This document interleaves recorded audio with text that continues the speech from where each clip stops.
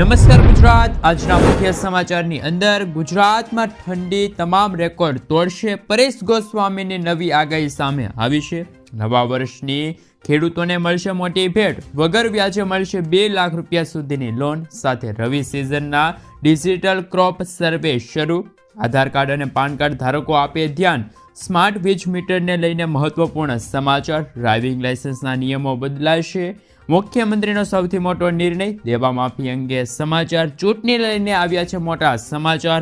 PM કિસાન યોજનાનો આગામી હપ્તો એટલે કે 19મો હપ્તો ખેડૂતોના ખાતામાં જમા। ખેડૂતોને મળશે 25,000 રૂપિયાની સહાય। અને આજના સૌથી મોટા ખેડૂત સમાચાર જાણીશું આજના આ વિડીયોની અંદર।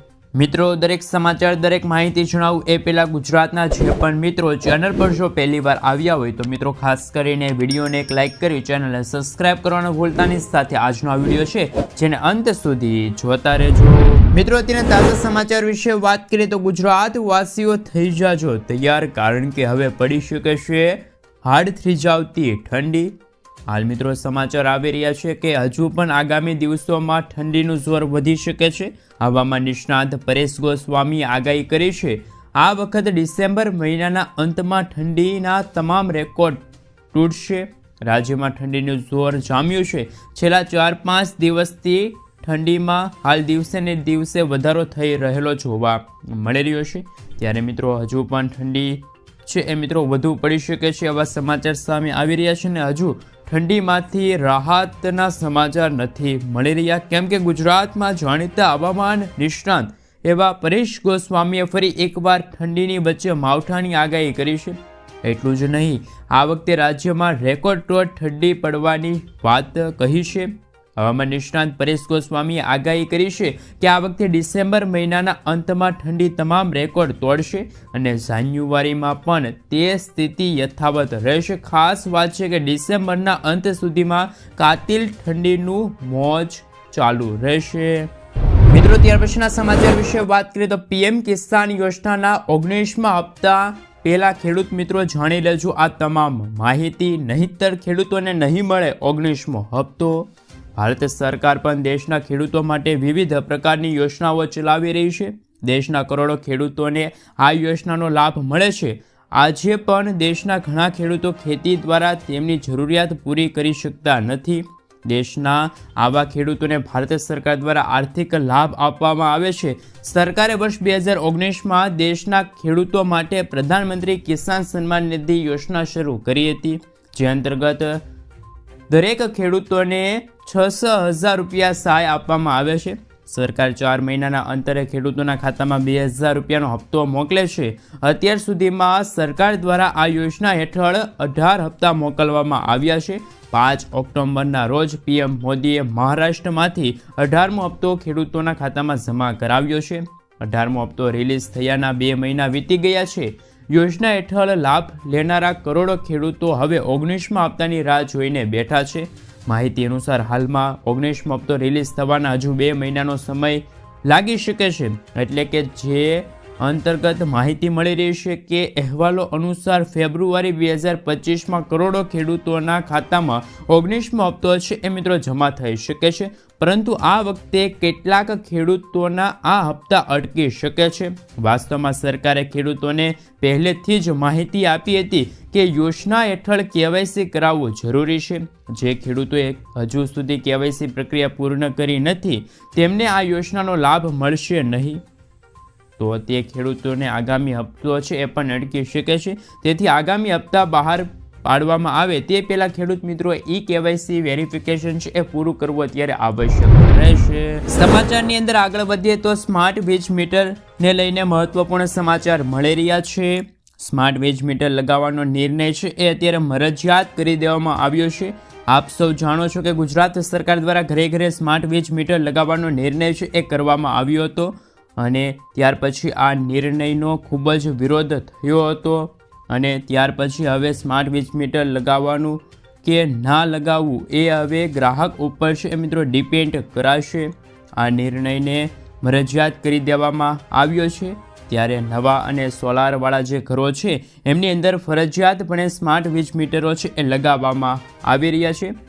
જીડીવીસીએલ દ્વારા હાલ મિત્રો પ્રીપેડ રિચાર્જ સિસ્ટમ છે એ મરજિયાત કરી દેવામાં આવી છે. ઉપરાંત મીટરની નવી અરજી અને સોલાર પેનલ લગાવનારાને ફરજિયાતપણે સ્માર્ટ મીટર છે એ લગાવવાનું રહેશે.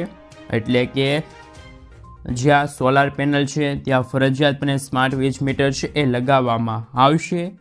અત્યાર સુધીમાં ગુજરાતની અંદર વીજ કંપની દ્વારા 48,000થી પણ વધુ સ્માર્ટ વીજ મીટરો છે એ પણ અત્યારે ફિટ કરી દેવામાં આવ્યા છે, એટલે કે લગાવી દેવામાં આવ્યા છે. એટલે કે જે ઘરે મિત્રો સોલાર લગાવવામાં આવશે અથવા તો સોલાર માટેની અરજી કરવામાં આવશે એ ઘરે ફરજિયાતપણે સ્માર્ટ વીજ મીટર છે એ લગાવવામાં આવશે અને એ લોકોએ મહિનાના અંત સુધીમાં બિલ છે એ પણ ભરવાનું રહેશે.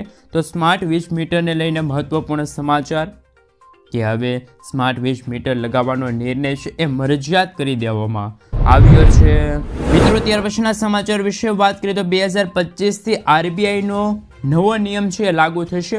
ખેડૂતોને ગેરંટી વગર મળશે 2 લાખ રૂપિયા સુધીની લોન. ભારતીય ખેડૂતો હવે પહેલાં કરતાં સરળ રીતે લોન લઈ શકશે. આ ઉપરાંત તેમને હવે કોઈ ઉચ્ચ મર્યાદા સાથે ગેરંટી વિના લોન આપવામાં આવશે. ભારતીય રિઝર્વ બેન્કે 1 જાન્યુઆરી 2025થી ગેરંટી વિના ખેડૂતો માટે લોનની મર્યાદા ₹1,60,000 રૂપિયાથી વધારીને 2 લાખ રૂપિયા કરી છે. ખેતીના વધતા ખર્ચ વચ્ચે નાના અને શ્રીમાંત ખેડૂતોને મદદ કરવા માટે આ પગલું લેવામાં આવ્યું છે. શું છે આરબીઆઈનો આદેશ? નવા નિર્દેશમાં દેશભરની બેંકોને કૃષિ અને સંલગ્ન પ્રવૃત્તિ માટે લોન લેનાર દીઠ ₹2 લાખ રૂપિયા સુધીની કોલેટર અને માર્જિનની જરૂરિયાતો માફ કરવામાં આવે તેવું કહેવામાં આવ્યું છે. કૃષિ મંત્રાલયના જણાવ્યા અનુસાર આ નિર્ણય વધતા ખર્ચને અટકાવવા અને ખેડૂતો માટે લોનની સુવિધા પૂરી પાડવા માટે લેવામાં આવ્યો છે. હાલ મિત્રો આ પગલાંથી કિસાન ક્રેડિટ કાર્ડ લોનની સરળ એક્સચેન્જની સુવિધા અપેક્ષિત છે અને સરકારની સુધારેલી વ્યાજ સબવેશન સ્કીમને પૂરક બનાવાશે.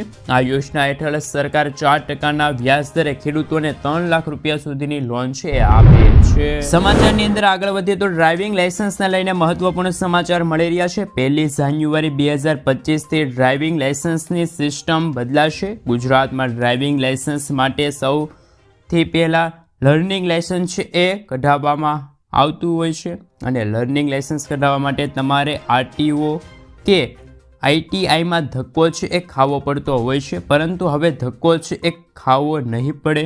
રાજ્ય સરકારે ટૂંક સમયની અંદર જ એક ખાસ એપ્લિકેશન છે એ લોન્ચ કરવા જઈ રહી છે, જેના આધારે ઘરે બેઠા ટેસ્ટ આપી અને લાયસન્સ છે લર્નિંગ લાયસન્સ એ મેળવી શકશો.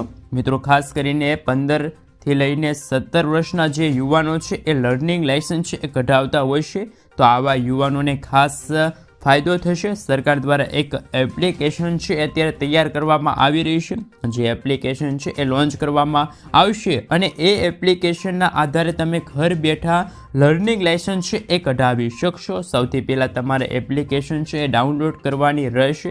ડાઉનલોડ કરી એ એપ્લિકેશનની અંદર તમારે ડોક્યુમેન્ટ છે એ અપલોડ કરવાના રહેશે. ત્યાર પછી જરૂરી ફી છે એ તમારે ચૂકવવાની રહેશે. ફી ચૂકવ્યા પછી તમારે પરીક્ષાનો સ્લોટ છે એ મેળવવાનો રહેશે.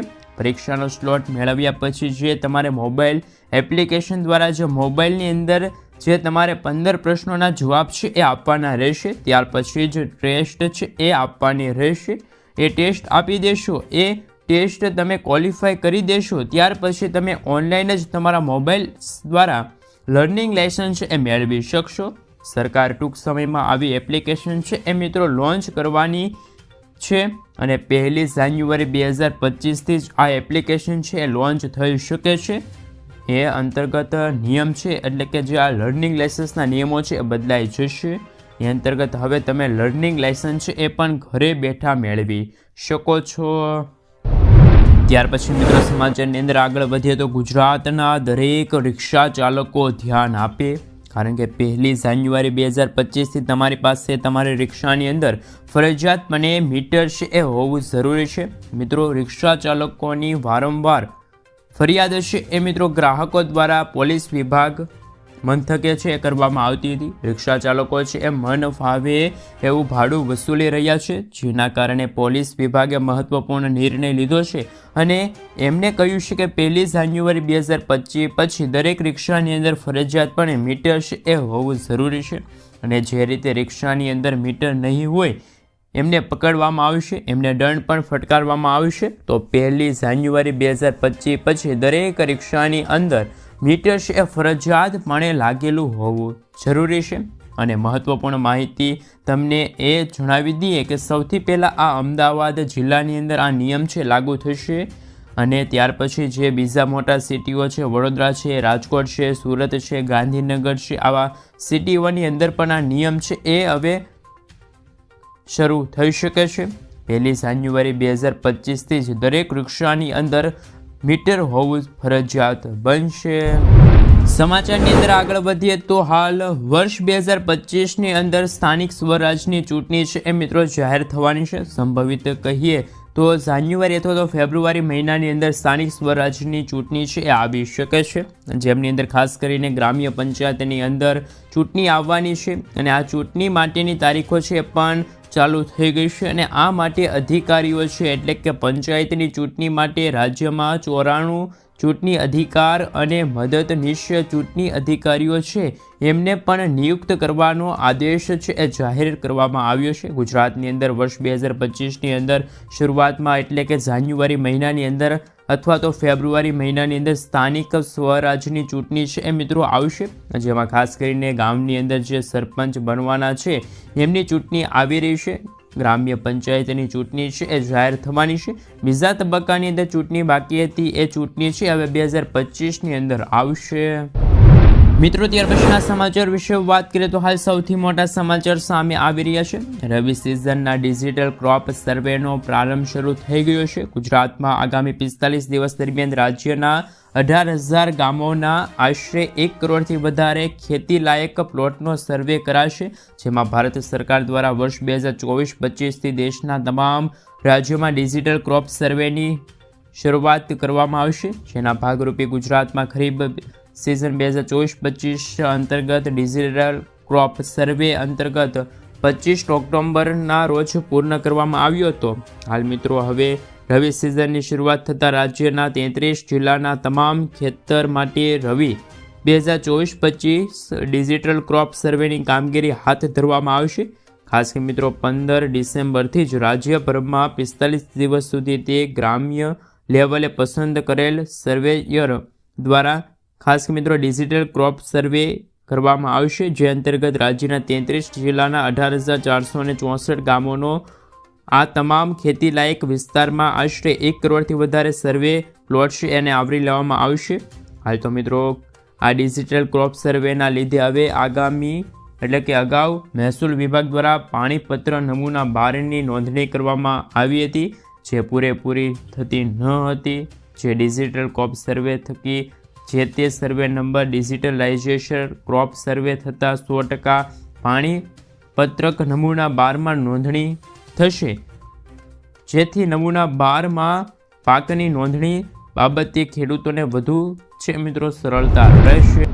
મિત્રો ત્યાર પછીના સમાચાર વિશે વાત કરીએ તો હાલ શું આધાર કાર્ડની જેમ થશે પાન કાર્ડ 2.0નો ઉપયોગ? સામે આવી મોટી update. PAN card 2.0 project launch થયા પછી ઘણા લોકોના મનમાં પ્રશ્ન છે કે પાન કાર્ડ 2.0નો ઉપયોગ આધાર કાર્ડની જેમ કરવામાં આવશે. ચાલો તમને જવાબ આપી દઈએ. ભારતમાં રહેતા લોકો માટે ઘણા દસ્તાવેજો હોવા જરૂરી છે અને આ દસ્તાવેજોની જરૂરિયાત દરરોજ ઊભી થાય છે, જેમાં Aadhaar card, driving licence, voter card, PAN card જેવા ઘણા દસ્તાવેજોનો સમાવેશ થાય છે. આધાર કાર્ડ ભારતમાં સૌથી વધુ ઉપયોગમાં લેવાતો દસ્તાવેજ છે. તેનો ઉપયોગ શાળાઓ અને કોલેજોમાં પ્રવેશ લેવાનીથી લઈને યોજનાઓમાં લાભ લેવા માટે અત્યારે હાલ તમામ જે નાગરિકો છે કરી રહ્યા છે. આ સિવાય પાન કાર્ડ પણ ખૂબ જ મહત્વપૂર્ણ દસ્તાવેજ છે. પાન કાર્ડ વગર તમારા ઘણા કામો અટકી શકે છે, જેમાં બેન્કિંગથી લઈને ઇન્કમ ટેક્સ રિટર્ન જેવા મહત્ત્વના કામો છે એ શક્ય રહેશે નહીં. આ બધા કામો માટે તમારી પાસે પાન કાર્ડ હોવું જરૂરી છે. આવકવેરા વિભાગના જણાવ્યા અનુસાર ભારતમાં પાન કાર્ડ જારી કરવામાં આવ્યા છે. આ માટે કોઈ પણ પ્રકારની વય મર્યાદા નક્કી કરવામાં નથી આવી. આધાર કાર્ડની જેમ કોઈ પણ વ્યક્તિ પાન કાર્ડ માટે અરજી કરી શકે છે. પાન કાર્ડ પણ આધાર કાર્ડની જેમ એક જ વાર બનાવવામાં આવશે. જો કોઈની પાસે 2 પાન કાર્ડ છે તો તેમની વિરુદ્ધ કાર્યવાહી થઈ શકે છે. તો હાલ મિત્રો પાન કાર્ડને લઈને પણ અત્યારે તમે છે એ પાન કાર્ડ 2.0 વાળું નવું પાન કાર્ડ QR કોડ વાળું પાન કાર્ડ છે મેળવી શકો છો. તમારે કોઈ અત્યારે અરજી કરવાની જરૂર નથી. આપમેળે છે મિત્રો સરકારે જ તમારા જે પાન કાર્ડમાં જે સરનામું હશે એ સરનામા ઉપર જ તમને પાન કાર્ડ છે એ મિત્રો મોકલી આપશે. તો પાન કાર્ડ ધારકો માટે સૌથી મોટા સમાચાર છે એ સામે આવ્યા છે. મિત્રો ત્યાર પછીના સમાચાર વિશે વાત કરીએ તો હાલ સૌથી મોટા સમાચાર સામે આવી રહ્યા છે એમના વિશે વાત કરીએ તો હાલ ખાસ કરી મિત્રો ખેડૂત